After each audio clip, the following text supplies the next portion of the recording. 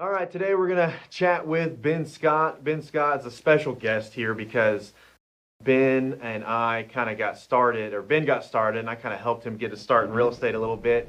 I like to say that I taught him everything he knows, but I'm sure that's not true anymore. We'll see what he thinks. He's grown into an impressive real estate agent and investor, and I want to talk to him. We're going to start, though.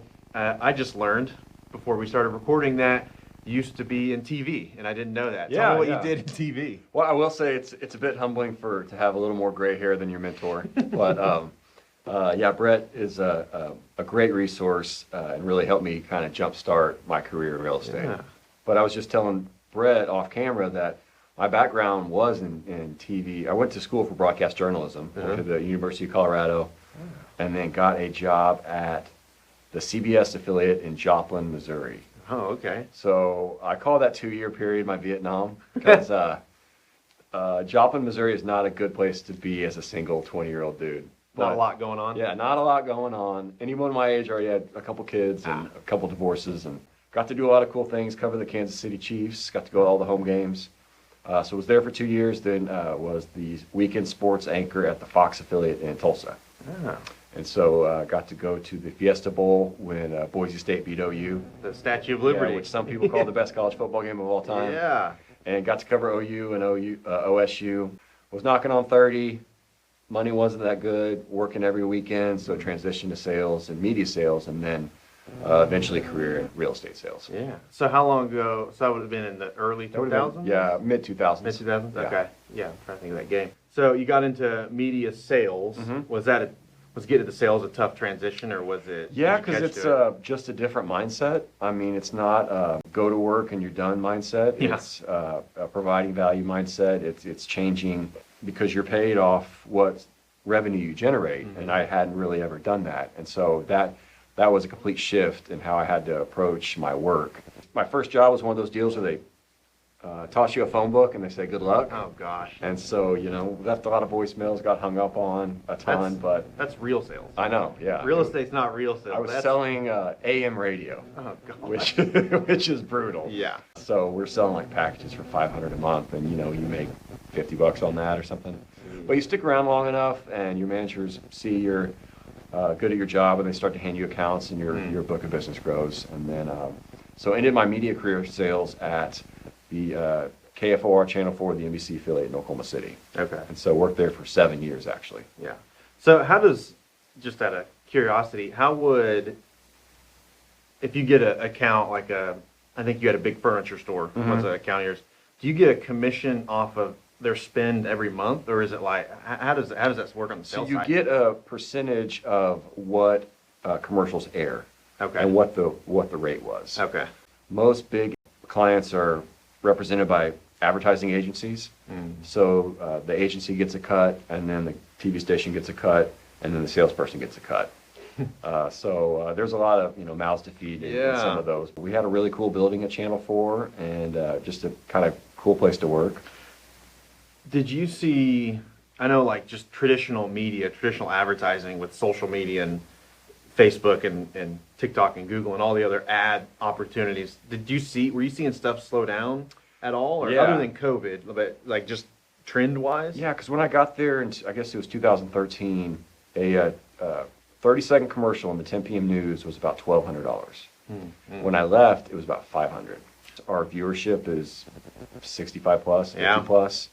And so it sounds morbid, but a lot of our viewers were dying off, and we weren't bringing in new viewers because the 20-something, 30-somethings don't really get their news from a traditional medium. They're not trained to get their news at 6 p.m. and 10 p.m. Yeah. The weather. I mean, because it's in your hand, it's everywhere. Yeah. So now sports is different, Right. Because we had Sunday Night Football, we had the Super Bowl every couple of years. Olympics was a big draw, but just the Today Show on a random Tuesday or Rachel Ray, it was hard to drive the eyeballs to those programs. And so I saw the writing on the wall, knowing that this job will maybe not exist in the next 10 years. So I need to find another skill set of something that I know people will need. And so I'd always been interested in real estate.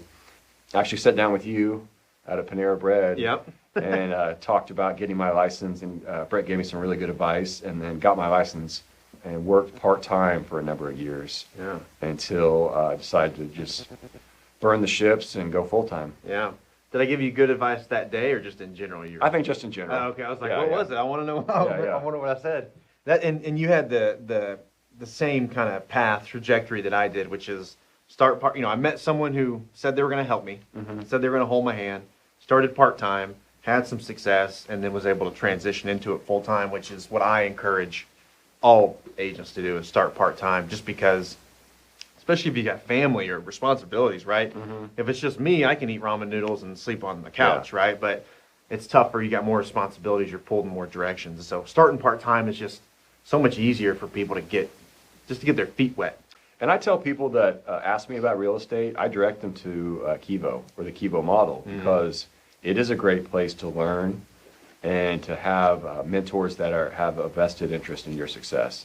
Because if you go to a big shop, they say they have the training and they'll put you through a 4-week training or whatever it is, but after that you're on your own. Yeah. And there's not a lot of incentive for more seasoned agents in the office to give you help, and so it's very easy to fail at that point. Yeah, that's what I tell. Same is true for the opposite, right? I tell people when we have these conversations, go to a big brokerage, sometimes you fall through the cracks. Go to a small brokerage, the broker is selling houses too, and you fall through the cracks there, right? So you really got to find a brokerage that's set up for someone, not just because they're big or they're great or they're small and they're boutique, whatever. It's like, what's the plan for a new person? I think a lot of people miss that. I remember always laughing, about you, because you would be part-time and you'd kind of disconnect for a little bit and not sell anything. And then as soon as you came in and did an open house or did something, you'd go get listings and stuff. And then so as soon as you quit and came on full-time, I knew you could have a good opportunity with it. So what did you do part-time? Tell me what you did part-time, and then kind of how your trajectory in sales kind of has gone. Yeah, I was and what you're doing 5, 6, 7 transactions a year. I bought a few houses and represented myself. So I was able to get a better deal, which is, not necessarily a reason to get a real estate license, but it's an ancillary benefit, because if you can represent yourself, you can negotiate a better contract price and better terms. So it started really that way, but didn't necessarily have the skill set when I first started of representing somebody else's interests, which is really the biggest part of being a licensed agent. Yeah. Had some odd experience. And, I always say transactions are like kids. They're all a little different. Yeah. And, I felt like at a certain point I had enough transactions under my belt, doing 5, 6, 7 a year for several years, that I was ready to go full-time. And also my hand was kind of forced because, everyone talks about everyone kind of made some kind of change during COVID, because it was such a historical It was a big time. reset. Yeah, Just kind of a reset for everyone. That definitely happened to me. My biggest client was a very large furniture store in Oklahoma City. When COVID hit, all their stuff's made in China. They can't get stuff from China to get to the United States to sell. Yeah. They don't have anything to sell. Their salespeople are starving. So they're like, why are we going to spend $40,000 a month on your station when we don't have any reason to drive? And so my pay was cut in half, like overnight, just like that. Jeez. And I didn't like the fact that one decision maker could have that big of an impact financially on me and my family, because it was just one decision maker. And when he said cut it off, then half my income was cut off. And so at that point I was like, I have to pivot. And so then I just said, kind of that old Viking analogy, you just burn the boats and no looking back. And so I said, this is what I'm going to do full time. I talked to my wife about it. She's also an agent too, and we just set up a plan of, we have this much in reserves and we'll just make it through. I can always go back and find another W-2 job if it doesn't work out. But I'm not going to know how well I could do unless I give it my full 100% attention. So when I quit my job, same thing. I was like, if I fail, I'll just go back, because my job liked me. They didn't want me to leave when I told them I was leaving. And years later, I was talking to my boss at the time, and I was like, I told him that story. Like, I always knew I could come back, and I learned that they don't. As a rule, the company won't hire people that leave and come back. Okay. And I was like, oh God, I'm glad I didn't know that at the time. That might have changed my decision. But yeah, it's especially if you were good at what you do, you had some experience, you can find something in that. But again, you don't need that. I mean, burning the boats is the only way to do it. If you have an option, your brain's going to go for that option. And so I think it's very important to just go all in with it. Tell me about the difference between sales, like in what you were doing, selling people advertising time, or what it is you're actually selling, and like sales in real estate. Is because I have my own perception of sales in real estate, but can you compare them? Yeah, when I was in advertising sales, you're talking to people who are being sold all day, every day. And so Decision makers in yeah, companies, decision yeah. makers that they're always hearing pitches from people like me. But I found in real estate, it's teachers, it's doctors, it's attorneys, it's people that aren't always being sold. But then at the same time, some of those folks have a guard up against feeling like they're being sold. And so a lot of it was trying to identify, I read a few books on disc assessment and trying to identify people's personalities just based on their body language and how they have those first few initial conversations, and then trying to talk to them in the best way that suits their personality type. In their language, Yeah. kind of. Yeah. So if you're a very analytical person, you want to know what the numbers are. You want to know what the property taxes are going to be, what your insurance is going to be, what your monthly payment is going to be, what the comps are. If you're more of a high I, which my wife kind of is, that stuff's going to bore you to death. Yeah. You want to hear, can you imagine having Christmas with your family here in this dreams, room? vision, yeah. And if you talk numbers to that person, they'll tune you out. And if you talk like vision and emotion to the analytical person, they'll think you're a clown. And so trying to tailor my conversation to that person, and it's not manipulative. It's talking to somebody the way they can hear it. Yeah. I think. Yeah, that's so many salespeople. Just almost being a chameleon to who you're talking to. It's going to make them more comfortable. It's going to help them understand more. It's exactly right. You're speaking in their language. And my kind of perspective on sales is especially in real estate, we're not necessarily salespeople. I mean, again, we are in the sense that we make a commission when things sell, but we're more like consultants. We're persuading, we're influencing people, helping them get out of their own way sometimes. Yeah. Because they're stressed out through this whole process that, they don't know what's going on. They don't know what's happening. So you're having to convince someone of something or persuade them a certain direction. And again, it's not manipulation by any means. It's just communicating them on their level, the way they communicate. And so did you have skill sets? Was it like your ability to communicate with people, or did you have skill sets that transferred to the real estate that made it easy, or did you have to learn from the beginning? I had a background in real estate. I'd owned rentals in the past, always kind of followed real estate. So I had a lot of that base knowledge, but also you don't know what you don't know. And so, those first few years of doing transactions and learning the contracts and learning how to talk to title and talk to appraisers and sitting through dozens of home inspections, learning the ins and outs of homes and the way different home inspectors interpret different issues, like polybutylene pipes. Some inspectors think the whole house is about to flood. Some say, oh, you're fine. You're fine. Yeah. So just hearing enough different varying voices and, gathering that and kind of creating a base of knowledge, I felt like was the best value I could provide to my clients. Yeah. So many agents don't know how houses work. I'm kind of off on a tangent here a little bit, but they don't know how houses work. And so I think one of the best things you can do is go to a bunch of home inspections And ask questions. Yeah. I mean, don't, if the client's there, don't do it to a point where you don't look like you know what you're doing, right? Be smart about it. But exactly. The more you see, the more you understand, you start to see what's common, what's not common, all those things. And it makes you a more skilled real estate agent to help prevent issues on the front end because you know what's happening on the back end. And just understanding how a house works. When you flip a switch, how does the light come on? When I flush the toilet, where does the water go, right? Like things like that, most agents have no clue. I know. It's their craft, but they have no idea how anything works. And it's not really that intimidating if you just break it down to the basics. Because plumbing, as essentially, it's water comes in, you use it, and then it leaves the house. Out, yeah. Electricity comes in, you use it. Yeah. Initially I was a little intimidated because you don't want to seem stupid.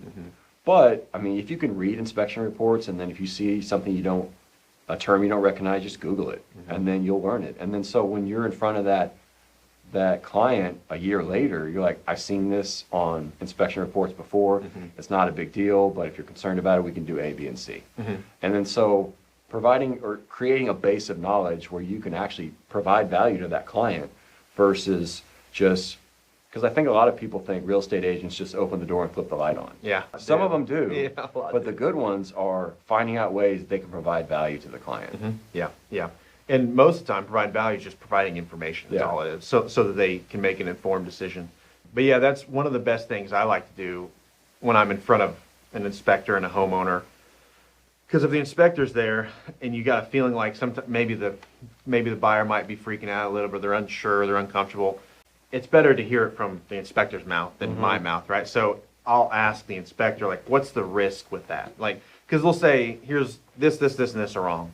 So it's like, okay, what's the risk with that, not fixing this? And the risk might be that over a 50-year period, you might have to replace something. Yeah. It's like, okay, well, is that really, are we Yeah. really going to freak out about that? Or the risk is if the house gets hit by lightning, it'll explode maybe, right? Well, okay, let's talk about that now. That's a little bit different. But just kind of understanding on inspections, especially understanding what the risk involved with that potential repair might be, or non-repair is good. And so that's where, I think you and I, as far as the DISC assessment and personality type, I think you and I are more similar, where we're more analytic. It was a struggle for me in the beginning to communicate with people that were the high eyes or whatever it might be, because I wanted to give them the facts and the numbers, and I laid it out perfect. It's like, why don't you understand this, or why aren't you agreeing with me, right? To learn people and then how to treat and that kind of stuff. Yeah, because my wife's an agent as well. She takes care of her kids, so she doesn't do as much as I do right now. But God bless her, I know 1,000 times more than she does. But there are clients that they just like her because she talks their language, with her, and they want to work with her. I'm not offended by that. Yeah, I mean, I would probably rather work with her than me too. But that just tells you that, this guy with the crow's feet and gray in the temples, he probably knows more. But I'd rather communicate with this talk person. to this person. Yeah. And so I can't be everybody's best friend if they're an emotional high eye. I can try and speak more to their language, but that just tells you that a lot of what we do is just making people feel comfortable and again, to your point, talking to the language that they can hear. Yeah. Regardless of your personality type, there are other people out there like you. And we see people that wear suit and ties, and people that wear shorts and have tattoos and whatever, and that's fine. I mean, you're probably gonna, for me anyway, my experience was my sales skewed towards my demographic.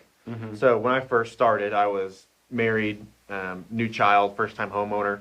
That was, most of my clients were under 30, one child, married or no kids, and looking for the first home, right? And as I got older and my demographics changed, my clients kind of changed. And so regardless of your history or your presentation or whatever, there are people out there like you, and you're going to find them if you're out in the market enough working. And so and to your point, if you're a newer agent, there's somebody out there that is like you, that will feel more comfortable working with you, whether that's age, demographic, political affiliation, just the way you dress, the way you talk, where you're from. Yeah. So, don't discount your potential because you don't know a lot of rich people. Yeah. Because A, you don't really know who's rich. Yeah. And then B, there's an agent for everyone. Yeah. That's when I was brand new, I tried to start sitting in a bunch of like $350,000, $400,000 open houses trying to get clients, and the demographic is 50s, empty nester, 50s high school kids, and so I looked like a lot of their buyers' kids. Yeah. I was 25 when I started, and so I found after about 2 months or so, I was having a lot of trouble getting information and if having you're success there. An older adult with that type of budget, you probably know 10 real estate agents. I've already bought 1 or 2 houses. Yeah, probably, right? Yeah. So it's like, am I going to go out on a limb with this 25-year-old kid, or am I going to call the guy who bought my last house, right? So I shifted my strategy a little bit as a brand new agent, but that doesn't mean, I couldn't have kept at it and had the success. I just pivoted because I wanted to make sales now. I know tell me a little bit about what you do with like the bigger pocket stuff and how you work in that community. But what percentage of your clients are owner occupants plus investors, and tell me a little bit about that. Oh, probably I'd say like 60-40 investors maybe. Okay. When I decided to go full time, I was like, well, I had to back out, like, who's my client, right? Find your niche. Yeah, and because there's, it's a TV term, but there's riches and niches. Yeah. And I'll just use a TV analogy. If you see McDonald's commercial, you're like, oh, they're the company that, they have the best fries and McNuggets. Because everybody only has so much, a file so large in their head for who is what. And so I was like, if I can create an identity on a platform where I'm the guy who helps real estate investors in Oklahoma City, that would be a huge benefit to me. So I was already an investor myself, so From outside the city too. Yeah. So most of my clients, investors, are out of state. Yeah. Some that have never been to Oklahoma. Yeah. And so what I did was kind of created a presence on this website called Bigger Pockets, and it's just a lot of real estate investors. There's podcasts, there's books, there's forums, and started hosting. This is when COVID happened. Started hosting a Zoom call on there, just so people were locked up in their homes, they could get out, not get out, but talk to other people. Just built a little network there and helped a couple people out, and they would refer me to one of their friends that wanted to get real estate investing, and then that friend would refer me to another, and this kind of built this network of out-of-state real estate investors. Yeah. And it's weird now because there's just not enough inventory for those folks that want to buy, and it's like folks with good W-2 income, but they live in the Bay Area and they can't buy real estate. Yeah, can't buy $1 million rental in San because your Francisco. mortgage would be twice what your rent is. And so they've identified markets like Oklahoma City as a safe place to invest, get cash flow and the tax benefits and the appreciation. Yeah.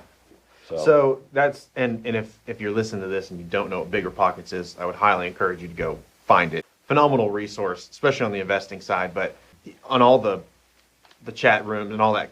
I mean, there's all kinds of real estate agents in there. It's a huge resource. So it's a great website, great podcast, all that. You said 60% of your clients are investors. Are people shying? I mean, you're kind of talking to, and I've joined your podcast. Or you're not your podcast. I've joined your calls. I always enjoyed sitting on them because there's other people in there that are brand new, and I learn stuff from them because they do tons of research and read tons of articles. And there's some people in there like Levi who owns a bunch, and I learned stuff from him because he's been operating for a long time. Yeah. So it's a pretty cool little call as well. But what are outside investors saying about Oklahoma? Because as an Oklahoman looking at Oklahoma deals, I'm thinking there's no deals out here. Yeah.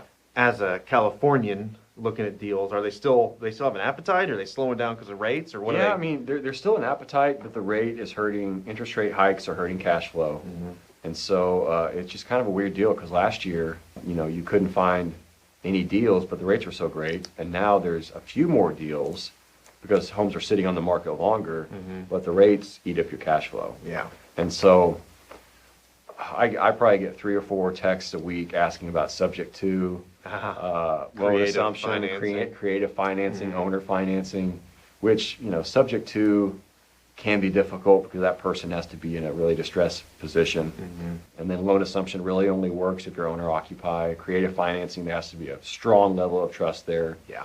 And often a significant down payment. I've tried to task myself with finding off-market deals for the buyers that I have. Yeah. And that's really...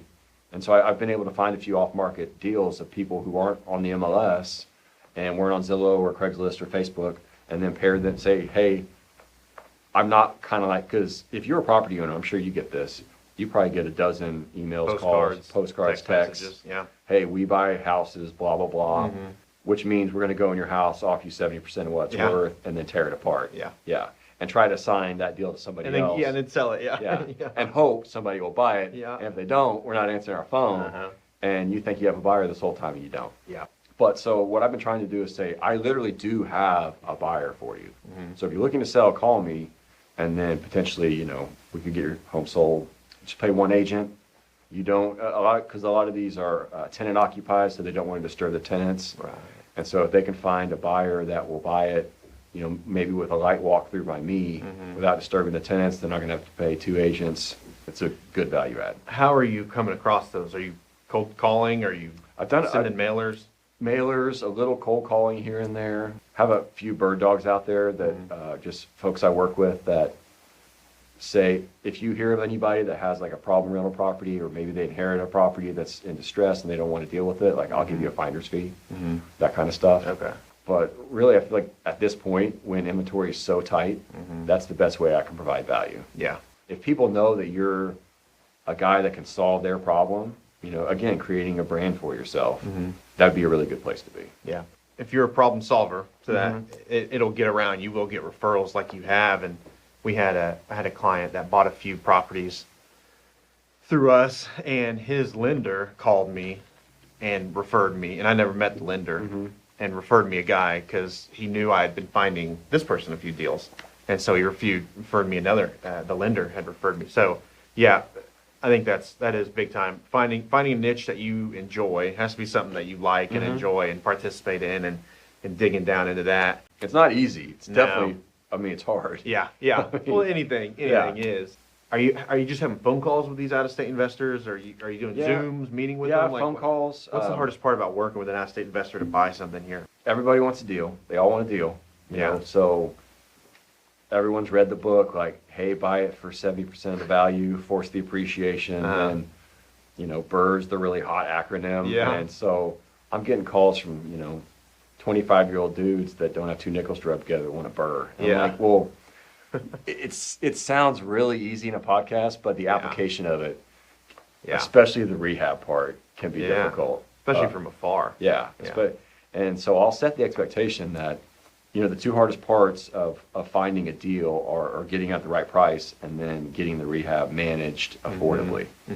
And so, you know, I try to set the expectation that this will not be easy, but, you know, if you follow the right systems and, you know, keep making offers on stuff, you know, eventually you'll find something. Don't wait on, to use a tired baseball analogy, don't wait on a home run to get started. Like, you can build a lot of wealth with singles and doubles. And if you wait on the sidelines waiting for that grand slam to come along, you're going to be waiting on the sidelines a long time. Yeah, I mean that's exactly right. And I was guilty of that when I got started. I made a decision, like, I'm going to start buying rental properties, you know, in the next couple of months. So I set up a line of credit. I got everything. I got approved with some banks, and I was ready to go. And it was probably 6 or 7 months. I've been shopping, not liking deals, put an offer in, but it was a really bad one. I knew it wasn't going to get accepted. Like, there was a period where I just had to go get one. Yeah. And then once I got one, I had like 4 or 5 more in the next couple of months after that. But just making that jump and just getting one, you'll learn 10 times more. Oh, I know. Walking through the first one than reading 100 books. Even if you're cash flow negative the first year on that deal, all the knowledge you got just through the pain and the suffering of that first deal is worth way more than any additional cash flow or equity you would have. Yeah. And I try to tell people too, because just like you, I'm sure people approach me and say, I'm interested in buying rental properties, and they think they want to do the BRRRR, but I mean, that's a fix and flip. You're buying someone else's headache, something that no one else wants, right? And you're gonna have to walk through that. That's much more difficult than a turnkey or one that's already got a tenant occupied in it. Yeah. And so you just got to really know what you're getting into. And you know, if it's turnkey, your liability is going to be pretty mitigated, right? But I mean, you know exactly what you're buying. Exactly. Yeah. You know what it's bringing in cash. You know what it costs. You know what your debt service, all that. With the renovation, a $25,000 renovation can turn into a $35,000 renovation overnight. And a lot of people want to start with that because it requires less capital sometimes, but it can get you upside down a lot faster too. Oh yeah. Especially from afar. I mean, doing a BRRRR model, unless you know contractors here, know bankers here, know all these things, then it can be a nightmare. Do you manage projects for some of your clients here? Yes and no. Like, so I'll try to facilitate setting up the introductions. I do have one client I met through Bigger Pockets in Israel. Believe it or not, yeah. So they bought a house off market though in Moore, but we've kind of developed a relationship, so they're paying me to just kind of facilitate getting contractors in there, and I walked through right before they bought it to make sure it was empty. Just more of a real estate service. Yeah. Than because honestly, I don't really want to be in charge of the rehab of herding cats, trying to get that done. Yeah. To your point, when people ask you, hey, I'd like to get started in real estate investing. I had one conversation the other day, and somebody said, me and my husband, we've been saving up. We want to buy a rental, but there's just nothing out there. And I said, well, I laid out a couple scenarios, and she said, yeah, that just seems really risky. I was like, well, no one got rich not taking risk. Yeah. So risk is part of it. Yeah. So you can sit on the sidelines with your cash, but it's never going to go to work for you. And that's one of the first things, a good friend of mine over the last year or so bought a couple, and he approached me and was like, I think I want to buy some. So anytime someone does that, I try to send them through a little bit of a filter, and I'm like, okay, here's what we're going to look for, and I'll lay out the scenarios, and I'm going to go find it, and then we're going to make 5 offers on 5 houses, right? Because I'm not going to show you a house unless it works. Yeah. And if you don't make those offers, and it's like, someone on my team can work with you, but I'm not going to, so it's like you have to because a lot of them want to invest in real Yeah. estate, but they don't have the stomach or the appetite for it like they might need because it's not as pretty as it is on Yeah. TV. So do you send them through any filter, or are you going to work with someone initially and all? Well, so I've had people ask me, well, you find off-market deals, how do you choose like who you're going to send it to? And I just say to someone who will execute. Yeah. Like someone who will actually take the steps. Like if I bring you a deal and say, hey, this is kind of in your buy box, and you hem and haw and sit on it, don't do anything, Not going to get I know money. you're not serious. Yeah. So yeah, just somebody who execute. And there's been several clients of mine that I know execute. Like if it's a deal and the numbers work, like they'll move fast. Yeah. You can identify, it takes a little bit you can't really do it on the first conversation, but you can really suss it out. But to your point of the people who, because I've had a few clients that they want to do the Burr model, like force the appreciation, do a remodel, and you take them to a few ugly properties and they're just like, they're just appalled at the condition of, like, I would never live here. This is a mess. Like there's dog crap on the ground. I was like, but this is what you're this buying. is why you're, It can sound really, if you're watching HGTV and you walk through an ugly house on camera, it's much different than walking through it in person. Yeah, they've got professional lighting and professional and you're not cameras. smelling the cat pee. Yes, exactly. And that's what so right now we have 24 doors, rental properties, and I would probably live in 2 of them maybe, I think, right? And so that was something I quickly got over, and my wife still probably isn't fully over the size, the location, the house, but they're in good area, they're good areas, they're good brick homes, they're updated, they're the nicest house on the block and all that kind of stuff. But yeah, you can't invest emotionally. Yeah. It has to be numbers. Otherwise, you're going to eat yourself up with it, or you're just never going to ever do anything. I don't know how many people over the years I've started working with as an investor, and they've just never ever bought anything. They didn't have what it really took to go buy real estate property. Yeah, I'm not trying to risky. dismiss anybody who has aspirations to do it, Yeah. but you do have to take action steps if you want to get started and be disciplined and principled. If you see an opportunity, don't, the paralysis by analysis. Don't wait for, because even if somebody drops an amazing opportunity in your lap and you don't act on it, I mean, what are you going to do? Yeah, and you're probably not going to get any more from them. Just like you said, if you can't execute, you're probably not going to get any more. And I think, this is one thing. I got into real estate in the beginning as well. I just wanted to get my license so I could buy my own deals. And then I slowly transitioned into the real estate agent side. It was so valuable. Just being in the market, talking to people, meeting, open houses, for sale, doing appointments. People love talking about real estate. Yeah, you find deals if you're out doing stuff. And so every realtor, I think, should have 1 or 2 or 3 potential investors that if you come across a deal, it's an easy to have it holstered and you get a sale like that. And and if you have the right investors, it's an easy sale. And so I think every real estate agent should have 2 or 3 or 4 or 5. At one point I had, not an actual Rolodex, but a Rolodex of, if I saw something that's kind of a good deal, I could send it out to 10 people. Someone's going to, write an offer on it for me. That too, but then also, just like with your mom's friends, tell them like, hey, I work with investors. People, for whatever reason, love hearing that. That kind of gives you a bona fide, like... it almost makes you like an expert. Yeah, I work with investors, so I know extra stuff. Because I found a deal that way. One of my mom's friends, her mom was selling a house she lived in for 75 years. And I said, hey, I have a lot of investor clients, but we could get you way more money if we put on the MLS and sell it retail. But I planted a seed that I work with investors. And then come to find out, her friend has a son his house is a mess, and he just wants to buy something turnkey. So I was able to pair that house with an investor that I know, and then find the son a house. But that probably wouldn't have happened if I hadn't planted the seed of I work with investors. Yeah. So what you've got some of your own rental properties now too. What have you built up? I know you've got an Airbnb and still, is that? Yeah. Tell me what you've got now. So I got 5 doors, and then my parents have 4 doors that I manage for them. Okay. Had one Airbnb on the northeast side that's done pretty well. I don't know. And then I transitioned a 1-bed duplex into an Airbnb. And I mean, that's probably a whole different podcast conversation, but that market's really seeming to dry up. And I think I've felt a little bit of that. I don't know if there's a saturation of short-term rentals or people's tastes have changed. But, I told myself, if it dries up, I just rent it out. There's always an exit strategy. Mm-hmm. Yeah, the short-term rental is not for the faint of heart. Yeah, you're in the hospitality game for sure. Yeah, and you've had that one for over 2 years, Well, right? 3 years. 3 years. So you've got some history. Mm-hmm. So are you're feeling it slow down, dry up? Yeah, it's last year was great, and then like kind of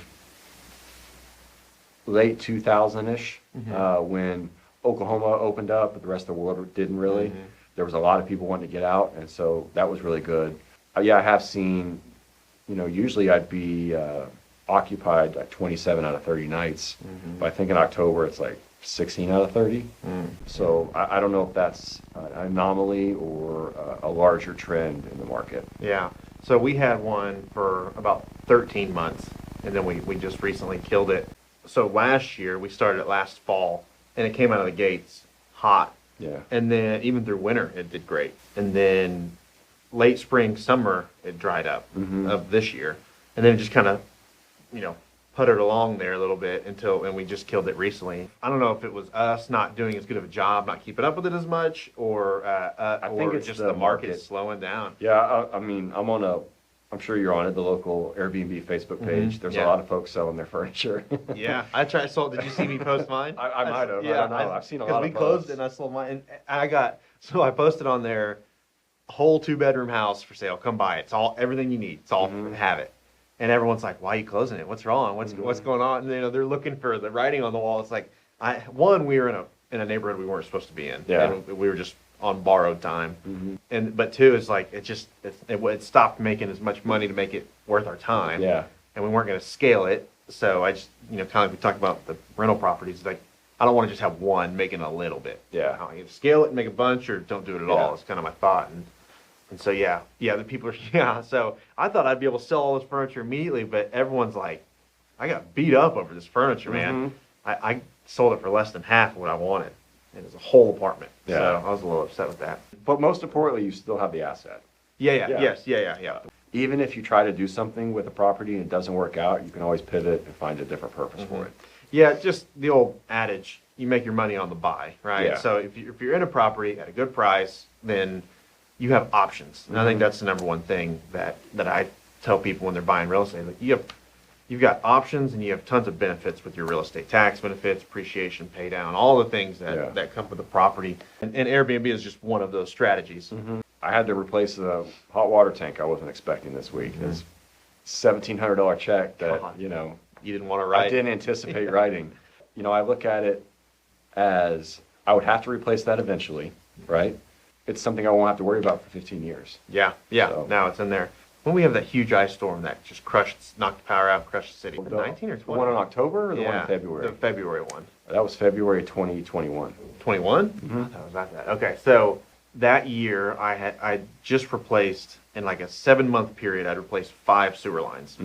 Almost $30,000 in sewer line repairs. I could have bought a plumbing company. Yeah. And then the ice storm came through, and I had about $7,000 in tree removal across all the properties. Oh, okay. No, that was October 20. Was that That was okay. when the ice storm came 21. and all the leaves were still in the trees. Yes, fall hadn't died yet. Yes, that's right. Yeah, and it demolished the entire city. Every tree in the city had leaves on it. Yeah, and so it was like between all the properties, it was like over $6,000 worth of. And in fact, my Airbnb was open that week by the grace of God. Oh yeah, you even lived in it, didn't you? Yeah, so I lived there because the power went off in my house. Yeah. And so I always have the porch light on, and so I'm literally dodging falling tree limbs, trying to get to this house. I got, she was probably a 4-month-old baby at that time. And I pull up, and like the heavens sang because I saw the porch light on. I was like, "There's power." And so we lived there for a couple nights. I remember that. Yeah. We had to go live with our sister-in-law, and they were over in a different neighborhood, but. That's the bad side of scaling is if you have a catastrophic event that affects a whole city, just like a big hailstorm and knocks out 10 of your roofs, it could really impact you. This is kind of a bigger pockets principle, but if anybody's looking to get started in real estate investing and they scale, don't try to live off your cash flow. At least that's not what I do. Yeah. So can't. Yeah, because your cash flow is there to pay for that water tank when it goes out. Just look at it as another tenant's paying down the mortgage on your asset. Yeah. I'm sure they've mentioned it in multiple podcasts, and maybe it's all over the website. But David Green, the kind of host, until I heard him say that in a pretty recent podcast. The internet is full of gurus telling you can buy 10 houses and live off. And it's like, you're not gonna do that. I know. Even close. Yeah. And then one of the thing that made the most sense I've ever heard them say, you're not investing for today, you're investing for 10 years from now. Yeah. So don't expect it to make money today. Don't expect it to live off today. You're investing for 10 years. The cash flow is like insulation, right, to the things that break. And so, but until I heard him say that, like everything on the internet is like, buy 10 houses, live on a beach, live off your cash flow, replace your expenses with your, and all this stuff. I bought 10 houses to cash flow $1,000 a month, and I make 10 grand a month, and I live on the beach. Yeah, it's like, no, you sell coaching probably is what you do.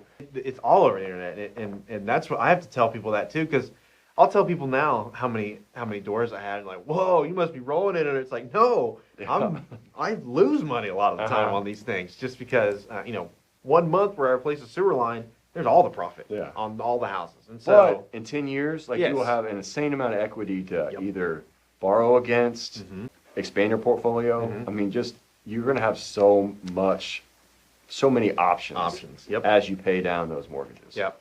A lot of people's thought is buy a bunch of houses, pay them off. I don't know if I ever want to do that. And so I came up with this idea while rates were at 4.5. So maybe it doesn't work now.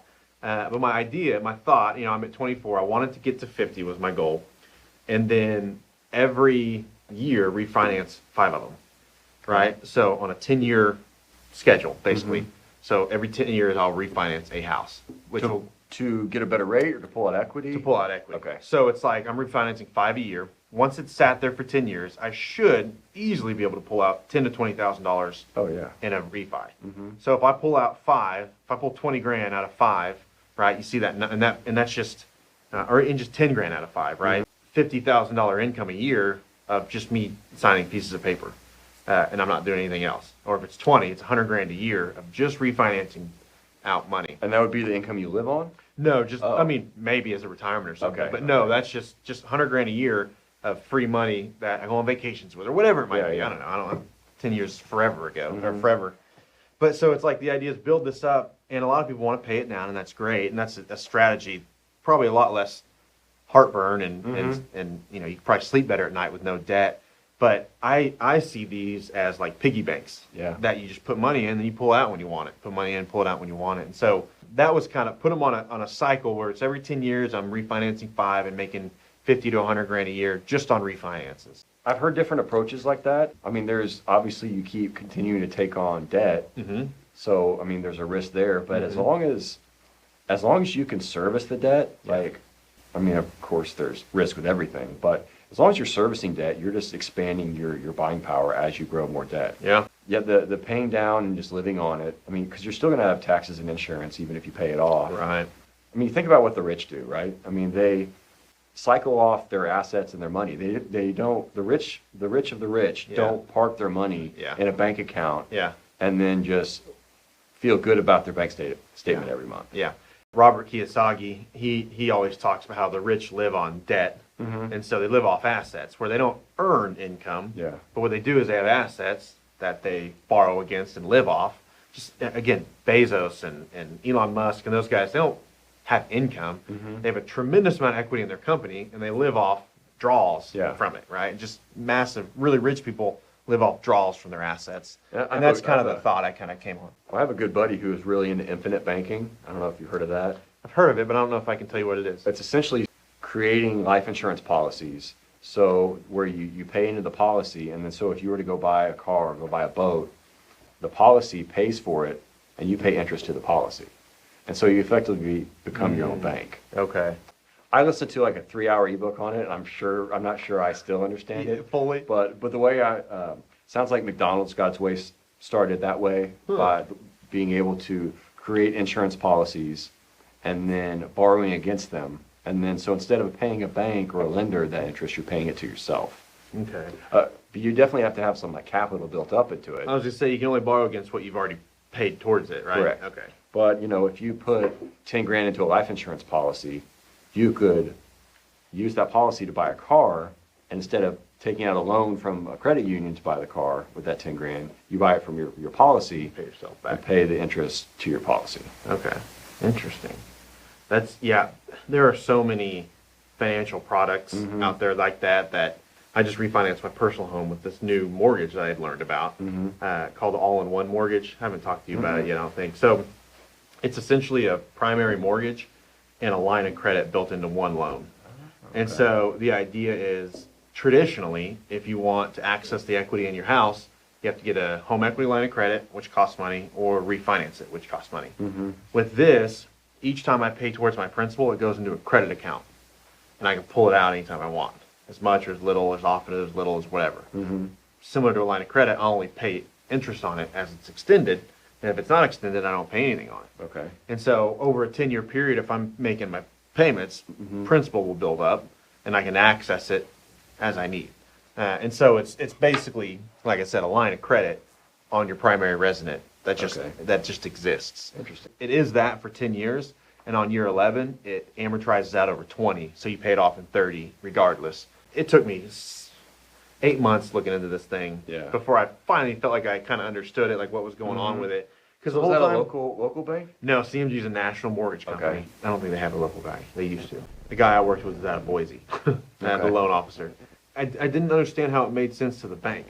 And that's where I was kept like, okay, banks make money. How are you making money on this? You know, I don't care that you make money on me. I want to know how you're doing it, though. If you tap into your equity, you're paying interest on that equity versus you're just sitting on your equity. Yeah, I was wondering if it had to do with, and it didn't, I was wondering if it had to do with like, it gives them more deposits basically, because my principal, I'm not going to be using it much. Yeah. So it's just giving them more deposits that they can go lend out. Because they sell it to, there's three banks across the country that CMG sells it to. One of three banks. And so that's my thought is like, CMG's making the fees. I get why they're doing it. Why is the bank having these products? Yes, one is because they have money pile up in reserves for them to borrow or lend against. And then interest, interest payments. It's a slightly higher margin on the interest. But it was super interesting, and they allow you to do it on investment properties too. And so the thing I thought was interesting, and I'm going to use it on my personal house for a little bit and see how it works, but if you can use it on a investment property, it can essentially, the investment property can fund itself, right? So that $1,700 check you had to write, right? Instead of writing it out of your proceeds or out of your operational account, you pull it out of the property's equity. Seems like there'd be way more risk from the bank's perspective. But yeah, because I can just take the money Yeah. and go to Mexico or something, Yeah, right? Yeah, you're not going to lose your house. What do you care? The risk, I think, is the same. If I stop paying, it's mortgaged by my house. Yeah, it's somebody else's house, like somebody's living there. They would be the ones to get kicked out, not you. Whereas if you defaulted on your own personal mortgage, right, you would have to leave. Yeah. It just seems like there'd be way more risk for the bank to offer that type of product. On a rental, you mean? Yeah. Oh, yes. Yeah. Yeah, I think you can do 10% down on a personal. It has to be 20 or 25 on the investment. Yeah. So they build more equity into it. Yeah. Yeah, it's going to hurt me less if you take a rental from me than my personal house. But I thought that was so, because, all the time, stuff breaks, stuff happens. And if you can pull money out of the equity of the house instead of writing a check out of my operational account, I can preserve my cash flow, right? Yeah. So it seems like, and the media drives, as it pertains to, because people ask you, I'm sure, a lot, like, how's the market? It's just a very generic question any real estate professional gets. Yeah. How's business now? Yeah. And because everyone is a little bit interested in real estate, because everybody has a house. So everyone kind of has a vested interest in real estate. And I get a lot of questions about how the market is. And, if you go on social media, you see a lot of folks talking about this crash is coming, this wave of foreclosures, or this wave of inventory that's going to hit the market. And it just doesn't seem like that's going to happen. I mean, even if you were behind on your mortgage, you probably still have equity, because maybe you bought it 5, 6, 7 years ago. Worst thing happens is you sell it and make some money and go rent something. And so that flood of foreclosures doesn't seem like it's going to happen, at least in the near future, because everyone has so much equity. And that could change, I think, if the recession persists and people start to lose their jobs. But there would have to be just a glut of inventory hit the market that doesn't seem like it's going to happen. That's what I always explain it as a pendulum. We're way over here right now with no inventory. It has to swing. I mean, millions of houses across the country would have to hit the market before we swing over into a heavy buyer's market or too many listings. But I heard something interesting on a podcast that I haven't had a chance to like dig into, but I'll go ahead and repeat it. Housing market typically doesn't follow like the stock market or the economy. It follows an unemployment rate. Yeah. So as you see, that's one thing like this guy uses as an indicator is as when unemployment starts climbing, that's when you can see a lag. It will be a leading indicator as to the housing market falling because now people are missing payments. Now there will be a flood of an increase of housing coming on the market. But again, another thing that I did see and looked up over the last century, every recession, housing has increased in value, except for one recession, which was the 2008 housing crisis. But in every other recession across the last century, the cost of housing has actually increased. And it goes to that Mark Twain quote, like, buy land, they don't make it anymore. Yeah. It's historically the safest asset class. But I just don't, I think you may be too young to remember 08, 09, but that was just, they were giving out houses like candy. And if you've seen The Big Short, you kind of see it in a really entertaining snapshot. Yeah. But, I was a little bit in the real estate game at that time, and, everybody was refinancing their house, and everybody was getting zero down mortgages. So that brought a lot of builders into the fray because they're like, material costs were relatively low, labor was relatively low, and people were making a lot of money just because of all this irresponsible lending. But there's just not as many players because there's too many safeguards now, I feel like, built up with Dodd-Frank and some other things and a lot of those builders aren't in the game anymore because they failed. And so there's just not enough building going on. And I think we're seeing, at least I live in Edmond, and there seems to be more of an appetite for multifamily in Edmond. So I could see that being like the trend over the next 10, 15 years is more city governments having a more progressive view about multifamily. Because I think for years people thought multifamily, they think apartments, they think crime. But if you're really going to be an inclusive city that wants to grow, it can't just be with single family houses on acre lots. And affordability index is going to start hurting in Oklahoma because average wages have not climbed. But average home prices have significantly climbed. And that's kind of our draw is the affordability. And so if we don't have that to bring to the table, then what are you coming here for? Thunder basketball? Exactly. Coming here for the planes, man. You can just see nothing. So I think rates will hopefully raise one more time maybe, and then by middle of next fall, 23, I think the Fed will say we're done, or I think we'll start dropping them because the economy has stagnated too much. I think it's a lever. I think they're creating a lever for themselves to pull to speed things back up. Well, the Fed did this in the late 70s, and rates got up to 19% to curb inflation. I don't think it'll ever get that high, but you have to do something. I mean, inflation can't go up 5, 6, 7% every month. And that's really the only way to do it. It sucks, but the era of free money was cool while it lasted. And it fueled a 13-year bear market or 14 years. So I don't think we're even in a real world anymore. Like economically speak, I think we do things. The sheer volume of money that was printed. It was money we're not in real world that wasn't backed by any productivity or product or service. It was just so given away. Obviously, inflation was going to go up. I'd heard, God, I'm going to butcher this because it was a while ago, like 70% of all the money that was ever printed in the history of the world was printed in the last 2 years. Or something like I got to remember across all the currencies. It was a staggering percentage. I don't know. We'll see. I know. I'm probably more optimistic than I probably should be. At the end of the day, again, you're right. It's housing. It's a commodity, but it's people need it. People are going to have it. Government's not going to let people live on streets. It's going to be as protected as any asset class or commodity can be. Well, Ben, I appreciate you being here. Man, I enjoyed it. If people want to jump on your podcast or on your weekly call or something, I think it's extremely. If you're looking to get into it, or if you're in it a little bit, I think it's very valuable. So how can they email you or how can they? Instagram's really easy to remember. My Instagram handle is Ben Scott Sells Homes. So pretty easy. And if you could reach out to me there. We do quarterly meetups and then we do the bi-weekly Zoom calls. It's just providing value. There's no sales pitch. It's just, a local and out-of-state folks getting together, talking real estate, and sharing references, and I've developed a lot of good relationships on there, and I've seen other people kind of connect, through the call or through the meetup, so the purpose of it is for everybody to grow together. Yeah, So. it's refreshing to get involved in something like that and there not be a sales pitch Yeah, at the end yeah. or something. So it's great. So, all right, man. Well, I appreciate you being here and thank you guys for watching.